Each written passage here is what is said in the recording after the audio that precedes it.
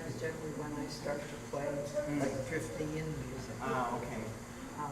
I want to be mindful of the time too because I have to bring my rental car back. Oh, that's right. That's fun. Yeah. How far do you have to go? According to the map now, it'll take 36 minutes, but you never know because as the day goes on, the traffic builds up. It's just a Sunday. Yeah.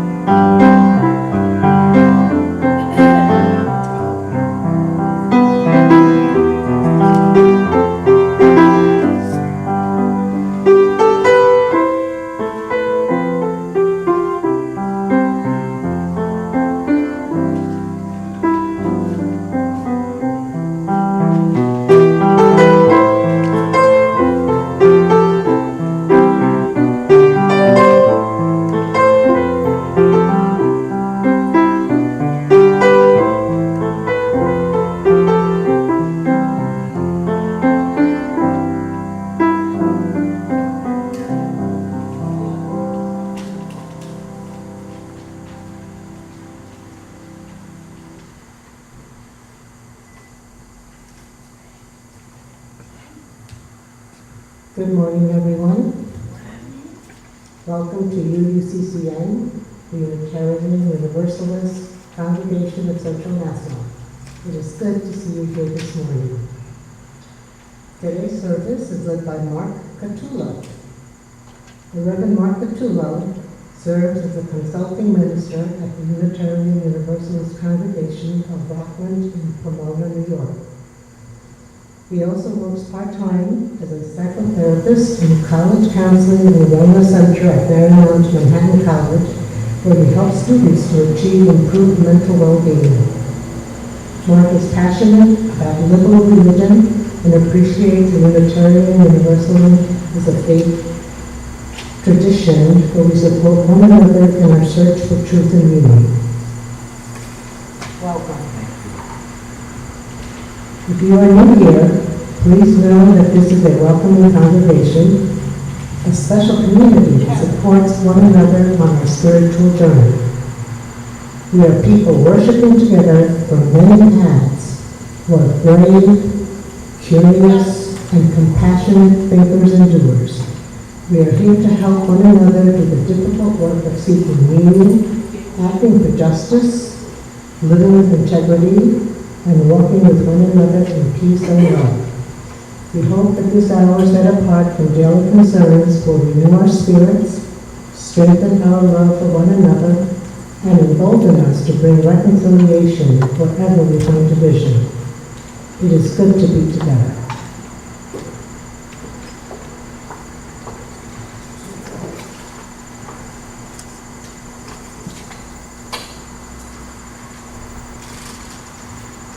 Good morning. My name is Elizabeth Gonzalez, and I'm the chair of the Worship Arts Committee here at UUCCN. For today's land acknowledgement, we are here on the ancestral lands of the Merrick.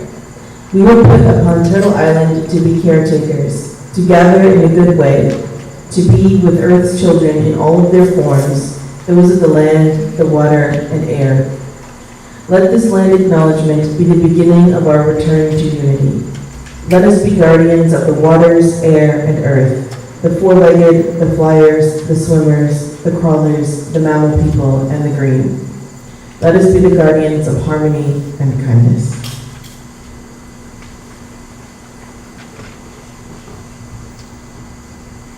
Good morning. Good morning. In just a moment, we'll participate in our familiar ritual of the lighting of the flaming chalice. So for that ritual, would you please join me in saying the chalice lighting words, which are number 452 in the back of your hymnal. That's number 452.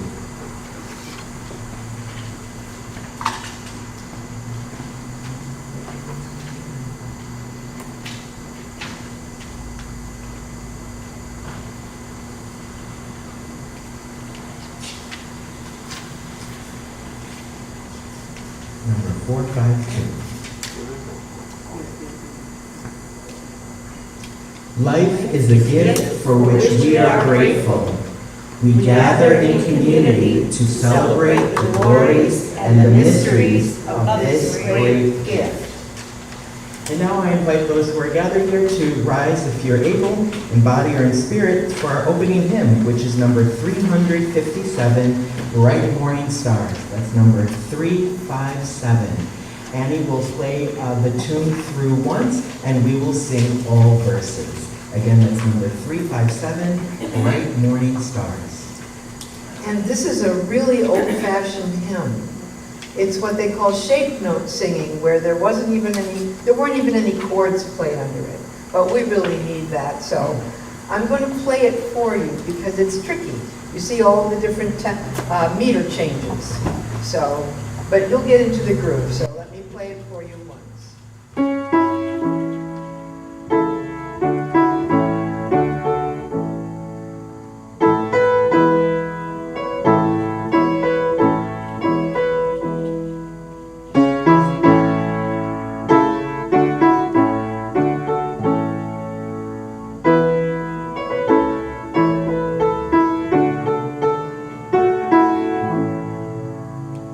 Try it with me.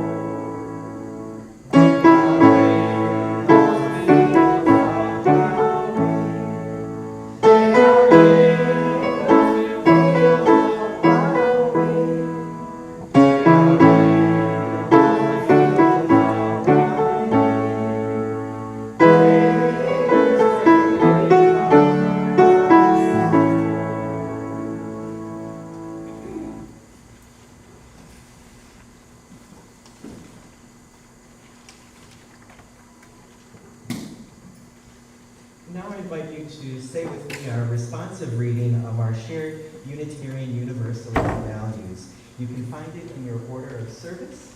And again, I invite you to read it with me responsively. Love is at the heart of our values. We promise to live our values every day with love as the center of all things. Equity is the value of our inclusive community. We believe in the inherent worthiness of all. Interdependence teaches us we are all connected. We will only remain whole when we live as co-inhabitants of the world. Justice is essential for peace and building a beloved community. We will work to dismantle racism and other oppressions in ourselves and in our institutions. Generosity expresses compassion, gratitude, and hope. We will offer our faith, ourselves, and our resources. Pluralism encourages respect for diverse beliefs. And allows us to be curious as we learn from one another. Transformation allows us to adapt to an ever-changing world. We are evolving and growing. We are never perfect.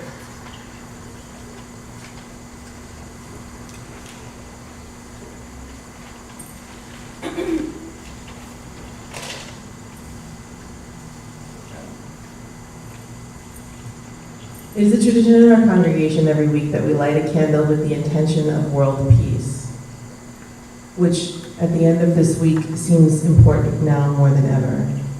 And we light this candle for world peace with words from the UUA executive officers.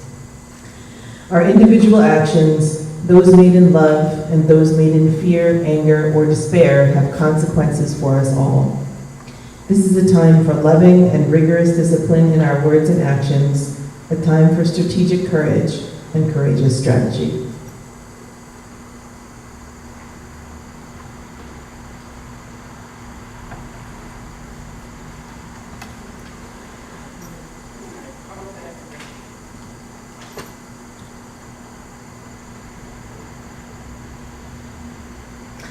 UUCCN is a community of people who strive to be welcoming, caring, hospitable, and loving. We know that the spark of our joys can be amplified when we share them with people who are cheering us on, and the weight of the burden of our sorrows can be lightened when shared with those who have committed to our mutual well-being. Now is a time when you may share a joy or a sorrow that is on your heart this morning. Please raise your hand and I will recognize you.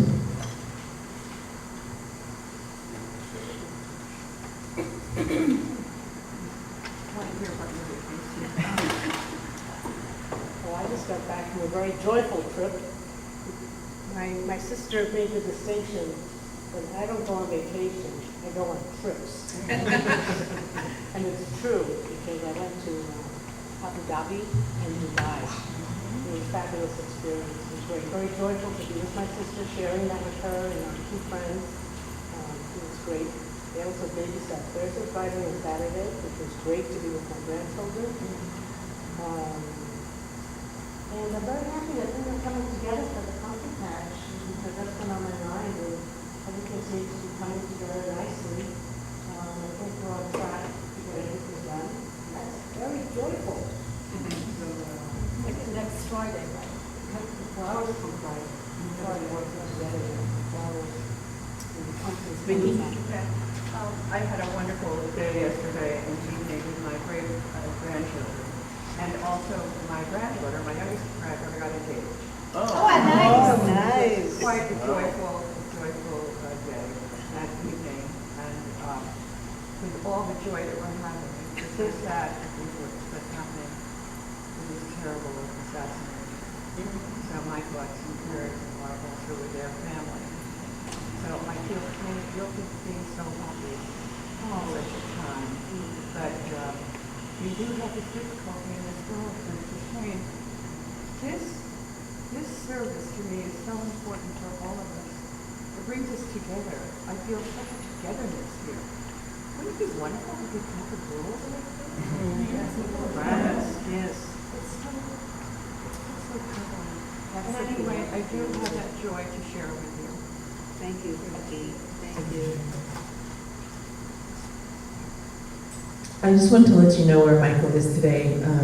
He wrote, some of you may remember the wonderful Bill Vanderveer. Is that how you say it, Vanderveer?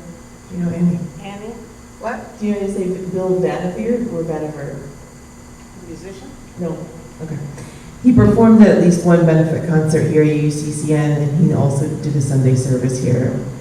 He recently passed away, and Michael is playing at his memorial concert upstate today.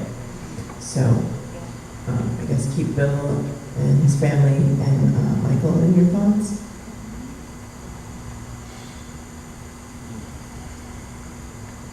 And I just wanted to share that I have a friend who's struggling with substance abuse, and I'm just holding them in my heart. It's very difficult to support someone through that.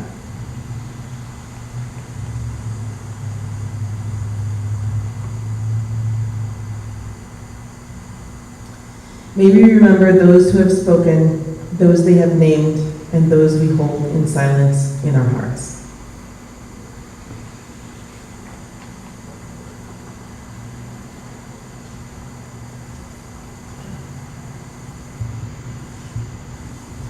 And now would you please join me in a moment of meditation. While sitting down where you are, be aware of your feet grounded on the floor. Feel free to close your eyes. Take a deep breath in, scanning your entire body up and down, from your toes to the top of your head, then back down again while breathing out. As you inhale and exhale, breathe deep into your chest so your belly fills with the air. When exhaling, control the air as it leaves your lungs. At this time, make breathing in and out your only responsibility. Listen to your breath as it goes in and out of your nose. Feel it as it fills your lungs. Control it as your lungs empty. Continue to do this for 1 minute. At the end of that portion of the meditation, I will continue with the text of today's spoken meditation, after which we will continue with another moment of silent meditation.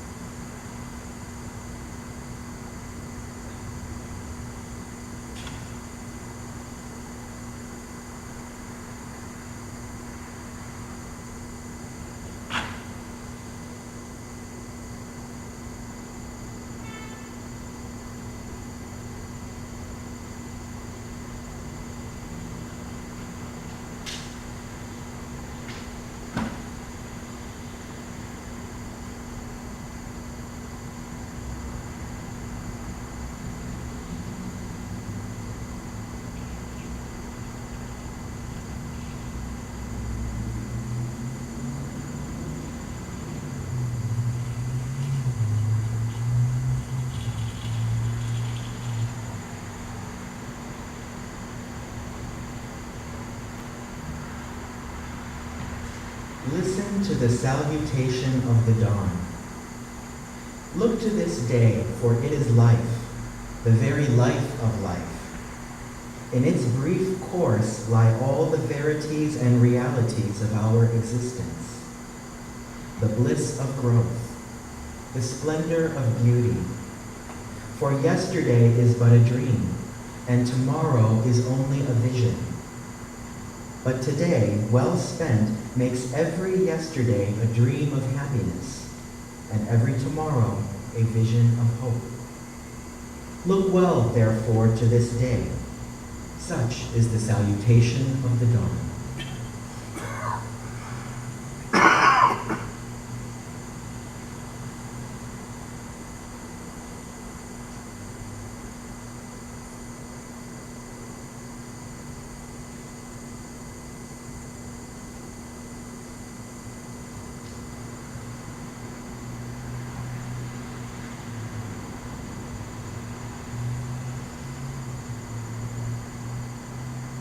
And that concludes this moment of meditation.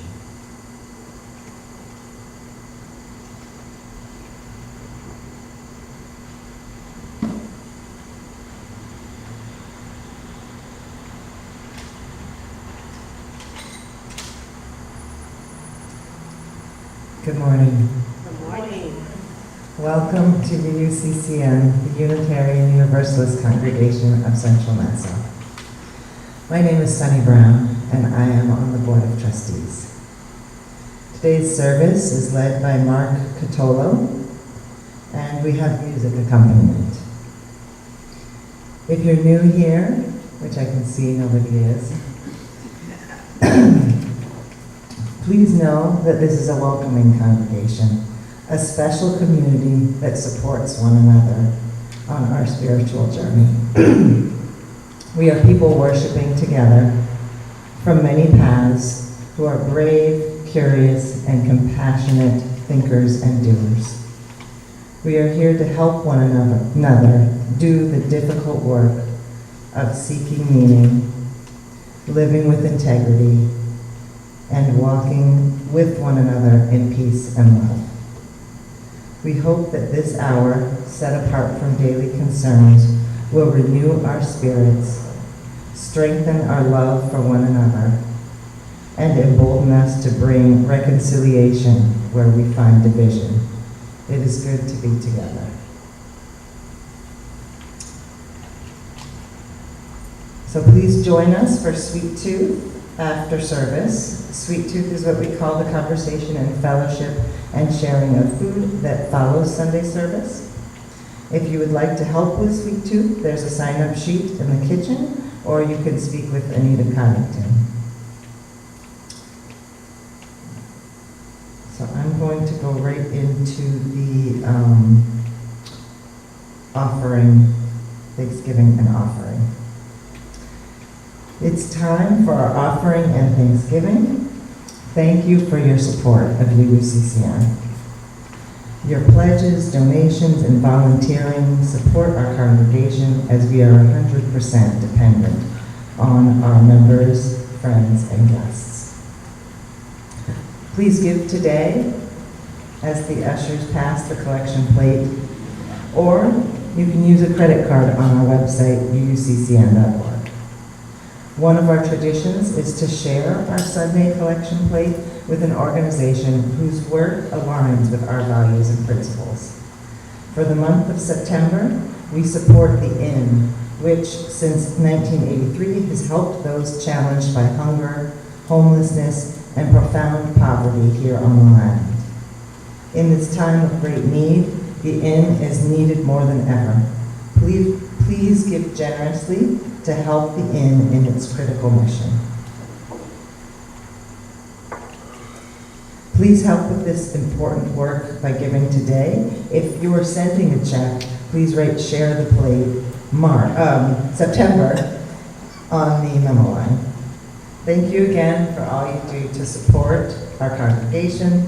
We are truly grateful and blessed by the generosity of our community.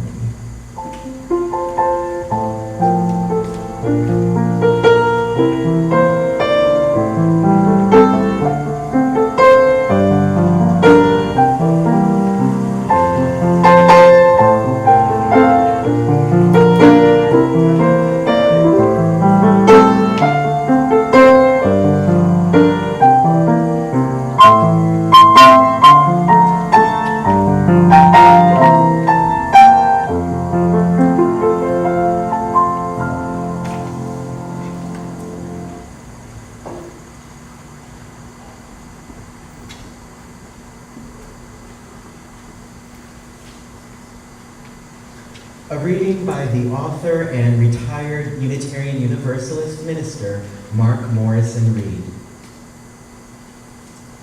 The central task of the religious community is to unveil the bonds that bind each to all. There is a connectedness, a relationship discovered amid the particulars of our own lives and the lives of others.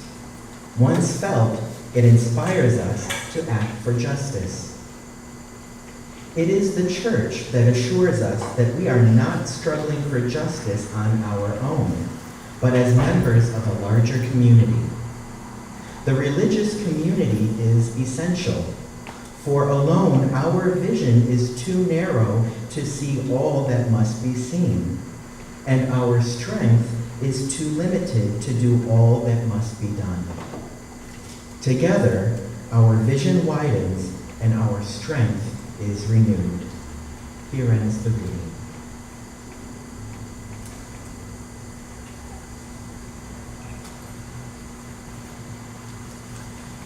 As a faith community, the center of your shared life is gathering here on Sunday mornings in this beautiful sanctuary to share and receive inspiration. Each person comes here voluntarily, and if you're here today, I assume it's because you expect that by spending an hour or two here, something about your experience will let you know that attending this service will be worth your time. Otherwise, we can all think of countless other things we could be doing with this time. In our society, there is still a sense that Sundays are a day for rest, for recreation, for leisure, and we're fortunate to have the time and space to gather together for our spiritual nourishment.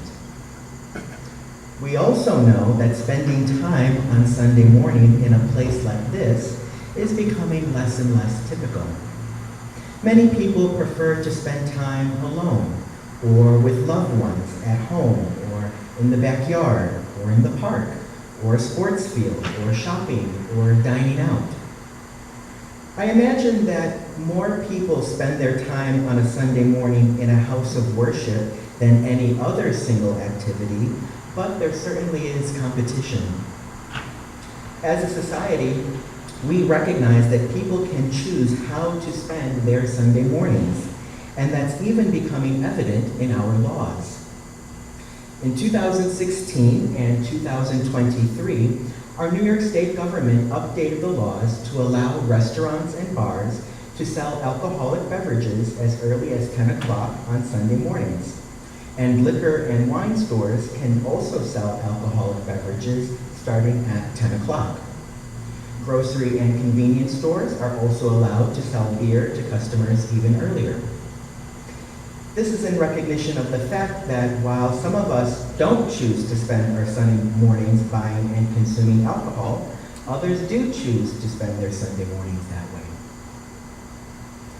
At the same time, while Sunday worship attendance continues to crater, you continue to hear discourse about how people feel lonelier than ever before, as well as that people continue to have spiritual longings, even if people don't wish to channel those longings through the well-worn paths that traditional religions offer.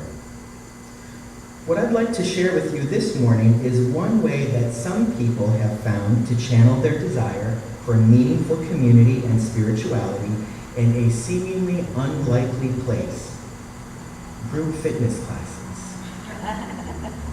The roots of group fitness classes go back to the 1970s and 80s, when aerobics classes, often set to upbeat music, became popular across the United States, thanks both to the proliferation of fitness clubs and the VCR. Remember that? Mm-hmm. Since then, they've evolved into a wide range of practices, from yoga and spin to high-intensity interval training and Zumba.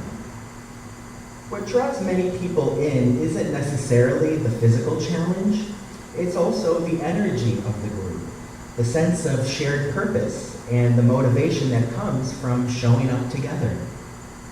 For some, these spaces offer not only exercise, but also community, ritual, and even transformation. The contemporary American journalist Jessica Gross investigated these trends and ideas about group fitness in a series about the changing nature of American culture, and her findings were quite illuminating. Gross's reporting began by highlighting the persistent human need for community, even as formal religious participation wanes. She had heard repeatedly from readers that while they might have left institutional churches and temples, they deeply missed the sense of belonging and mutual care. What became a reoccurring theme in her research was just how profoundly this need was being met in the seemingly unlikely arena of group athletics. She introduced her readers to Sydney Shore, a 70-year-old woman who describes herself as a recovering preacher's kid. Despite her upbringing, Sydney stated clearly that she will never go back to the institutional church. Yet, when her husband received a cancer diagnosis amidst the isolation of the COVID-19 pandemic, it was her local hiking group in Colorado that immediately stepped up. Just a few days after word of his illness got out, Rose wrote, someone in the group set up a meal train for the days her husband was in treatment, and fellow hikers offered to drive them on their long trips to the hospital. For Sydney, this organic, locally run hiking group, where people take care of each other, undeniably feels like church, she said. It's a powerful testament that the essence of what we might call church, care, support, and practical help in times of need, is manifesting in new forms, born of shared activity rather than shared belief. Another striking example came from Jeffrey Johnson, a 62-year-old man who, after trying different churches and finding each of them to be too cliquish, discovered a profound sense of belonging at CrossFit. He admitted it sounds kind of goofy, but in CrossFit he found unconditional love. He explained to Groves, my coaches, even if I didn't hit the mark, whatever that mark is, they still care for me. This speaks to something deeply fundamental, the yearning to be seen, to be valued, to be cared for simply for showing up and making an effort regardless of perfect performance.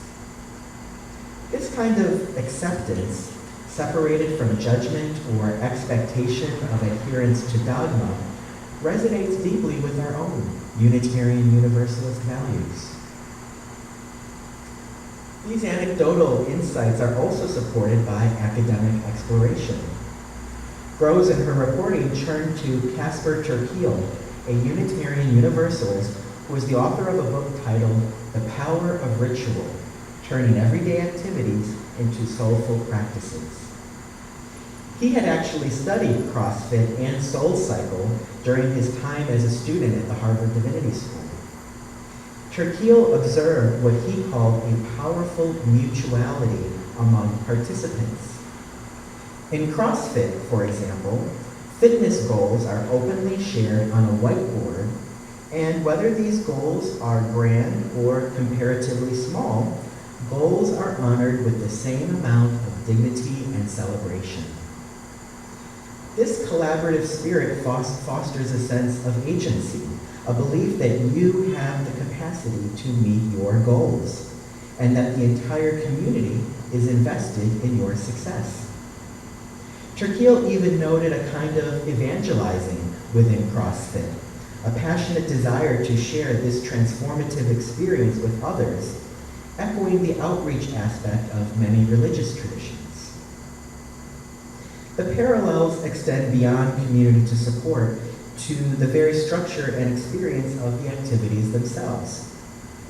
Groves highlighted how SoulCycle in particular mimics some of the emotional beats and physical qualities of a church service. Ter Kuile and his colleague Angie Thurston, in their paper, How We Gather, described the SoulCycle studio as a soul sanctuary, where every SoulCycle journey has a similar arc, which peaks during a hill ballad when riders turn up the resistance dial on their stationary bicycle and climb uphill in the dark. For some, the experience of collective exertion in a darkened room, moving in unison towards a peak, provides a kind of secular ritual, a catharsis that touches something profound. One participant, who was raised Roman Catholic, even noted how elements like the instructor throwing water out to riders and participants turning to greet their neighbors reminded her of elements of the Catholic Mass. This sense of connection through shared movement is not just anecdotal. It has a psychological basis too. Gross cited David DeStano, a professor of psychology at Northeastern University, who studies the impact of synchronous activity. Dr. DeStano explained that when people engage in pedaling bikes together, lifting weights together, dancing together, whatever it may be, that is a marker to the mind that these individuals are part of a larger whole. His research suggested that this shared rhythmic activity and movement makes individuals more empathic to those around them, more likely to offer help, and generally increases feelings of group bonding. It even raises one's pain threshold, demonstrating a remarkable physical and psychological shift toward collective resilience. The findings from Turkiel and Thurston's paper, How We Gather, which I mentioned a moment ago, encapsulates much of what Gross explores in her research. They highlight a general move away from organized religion in America, but crucially, they identify secular organizations that are successfully creating deep bonds in ways they describe as powerful, surprising, and perhaps even religious.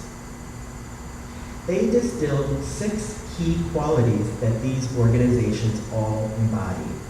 And these qualities are community, personal transformation, social transformation, purpose finding, creativity, and accountability. When we consider these 6 qualities, it's clear why such spaces can feel so nourishing to the human spirit, addressing many of the same fundamental needs that traditional religion has historically met. Having said that, Gross doesn't shy away from the complexities and limitations of this trend. She points out that group fitness communities, like any intensely bonded group, can have their downsides. There's the potential for exclusivity or even cult-like dynamics, as has been seen in controversies around CrossFit's founder or the sometimes criticized intensity of SoulCycle's culture.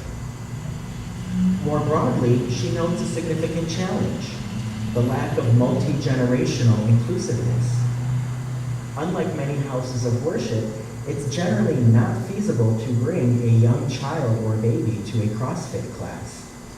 And integrating various age groups into these physically very demanding activities can be very difficult. This leaves many, like the parent that Gross quotes, still trying to figure out how to give her children spiritual growth without religion, highlighting an ongoing journey that these fitness spaces do not fully address. Furthermore, accessibility remains an issue for those with mobility or health challenges. Yet, despite these caveats, Gross's overall conclusion is profoundly hopeful. She states her personal neutrality on how people find spirituality, emphasizing her belief that it's important for people to feel a sense of purpose and fulfillment. And what she found is that the individuals she spoke to were unequivocally getting that out of their group fitness classes. As Jeffrey Johnson, the CrossFit devotee I mentioned earlier, put it, he was getting fed in a way that his last megachurch, which felt like going to a performance, no longer could. This research and these stories invite us to expand our understanding of what constitutes meaningful gathering, spiritual nourishment, and profound community in our contemporary world. They remind us that the human spirit is endlessly resourceful in its quest for connection and purpose, finding echoes of the sacred in shared breath, collective movement, and mutual care, wherever it may arise. However, while group fitness classes can be a religious substitute for some, it is important to acknowledge that this is not universally the case. Indeed, among the many responses I noted to Gross's article, a significant chorus of voices expressed skepticism, even strong disagreement with its premise, and with the very idea that people need organized community, or even a sense of spirituality. Some critics, for instance, pointedly noted that both traditional churches and these emerging fitness communities share a fundamental drive for money, questioning the altruism of their communal offerings. Others expressed offense at any implication that those who choose not to engage in religious or communal activities are somehow lost souls, asserting instead a comfortable and fulfilling life found in reason, personal pursuits, or simply hanging out with people without any woo-woo or spiritual meaning. For many, the very notion of structured groups, whether they're religious or secular, is off-putting due to negative past experiences with rigid institutions, or simply a preference for individual autonomy and self-directed activities, like quiet walks in nature, where connection is felt on one's own terms, rather than through any organized framework. Nevertheless, one can see why group fitness and other similar activities could be a draw for people looking for community compared to a house of worship, even a liberal, dogma-free one like a Unitarian Universalist congregation. It's the simple fact that organized entities, such as congregations, require organizing. They need governance, they need committees and boards to manage their operations. They need volunteers to serve those committees, and yes, they need financial support, often through pledge drives to keep the doors open and the programs running. For many people, after a busy week of work and family obligations, the thought of adding another layer of responsibility, another set of meetings, another call to volunteer for a bake sale or the building maintenance committee is just simply overwhelming. The appeal, therefore, of a group fitness class in this light becomes even clearer. You show up, you pay your fee or your membership, you participate in the activity, and then you leave and go home. That's it. There are no committee meetings, no governance discussions, no fundraising appeals after class. The primary expectation is simply to engage in the activity itself, and for many, that streamlined, low-obligation model is incredibly appealing in a world already overflowing with demands on our time and our energy. So for us, and for this congregation, gathering together once a week for worship will continue to be the center of our common life. And it's something that we want to welcome as many people as possible to experience together. It may not be for everyone, but for us who stick with the practice, we do find meaning and purpose in it. What this exploration of group fitness offers us is a broader understanding of how and where people are finding connection. While a fitness class might provide shared movement and immediate camaraderie, our faith community offers something more expansive, such as a multi-generational embrace, a dedication to social justice beyond personal transformation. And, as we heard in this morning's reading from Mark Morrison Reed, a crucial space where our vision widens and our strength is renewed. We're here to wrestle with life's biggest questions in a spirit of open inquiry, together, not alone. As we continue to gather week after week, let us cherish these unique gifts, drawing inspiration from all forms of meaningful community, and recommitting ourselves to building a liberating and inclusive spiritual home for all people who come to seek it. And now, as we come to the end of our time together, I invite all those gathered to rise in body or spirit and join in our final hymn, which I believe is number 414, off the top of my head. It's only one verse, if I'm not mistaken. We'll hear the tune played through once, and then we'll sing together in unison. As we leave this friendly place, I'm going to play it for you first.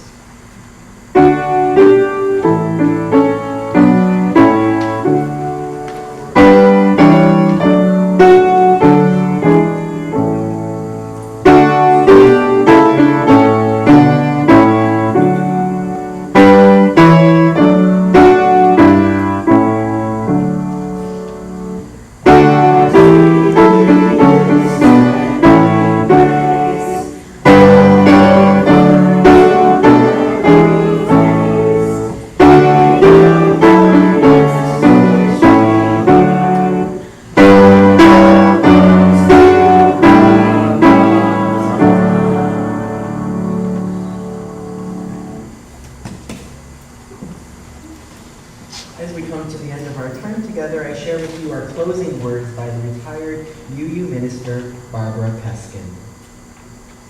Because of those who came before, we are. In spite of their failings, we believe. Because of and in spite of the horizons of their vision, we too dream. And now I invite those gathered here to join together in our chalice extinguishing words, which are found in your order of service. We extinguish the flame, but not the light of truth, the warmth of community, or the fire of commitment. These we carry in our hearts until we are together again.